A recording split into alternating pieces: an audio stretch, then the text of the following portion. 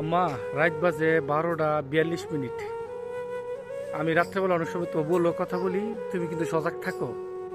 আরে আমার বউটা কার লগে কথা বলে, তারপরে তুমি জিজ্ঞেস করো বউ কার লগে কথা বলো, তখন আমার বউ বলে আপনার ছেলের সাথে কথা বলি।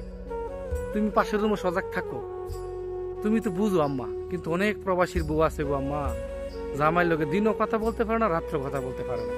শাশুড়ি আমার দজ্জালের মতন শাশুড়ি। তোমার মতন শাশুড়ি কয়জনের ঘর আছে? লাখ একটা আছে কিনা সন্দেহ আছে। তুমি আম্মা একটা কথা কইছে, ফুতের বুড়ো লগে ফুতে কথা কম কইলে খারাপ না? তুমি তো ইউটিউবে আমার ভিডিওটা দেখবা, কিন্তু তুমি আমার একটা কথা কো আম্মা, তুমি তো তোমার ফুতের বোর কষ্টটা বুঝো। অনেক সময় আমি দেরিতে কথা বলে তুমি ভিডিও ভিডিও করলে আমার কো, এই তুই তো তোর বোর লগে কম কথা কইছিস নাকি একটু বেশি বেশি কথা কইস? তোমার মতো যদি হগল প্রবাসীর মা হইতো গো আম্মা, কত ভালো আছিল। তোমার মতন একটা শাশুড়ি যদি পাইতো আম্মা, প্রবাসীদের বুয়ার মনে সংসার আমি তার জীবনে কষ্ট আইলি না। তুমি আমার বুয়ার কত ভুল, কত কিছু তুমি স্যাক্রিফাইস করো, কত মাফ করে দৌ।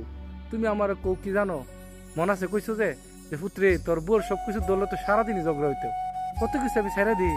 তোমার মতো কি আম্মা হগল হইতে পারে না? আমি দোয়া করি আম্মা তোমার মতন যাতে শাশুড়ি প্রত্যেকটা প্রবাসীর ঘরে ঘরে থাকে। আল্লাহ তোমার বাসারে হোক আম্মা।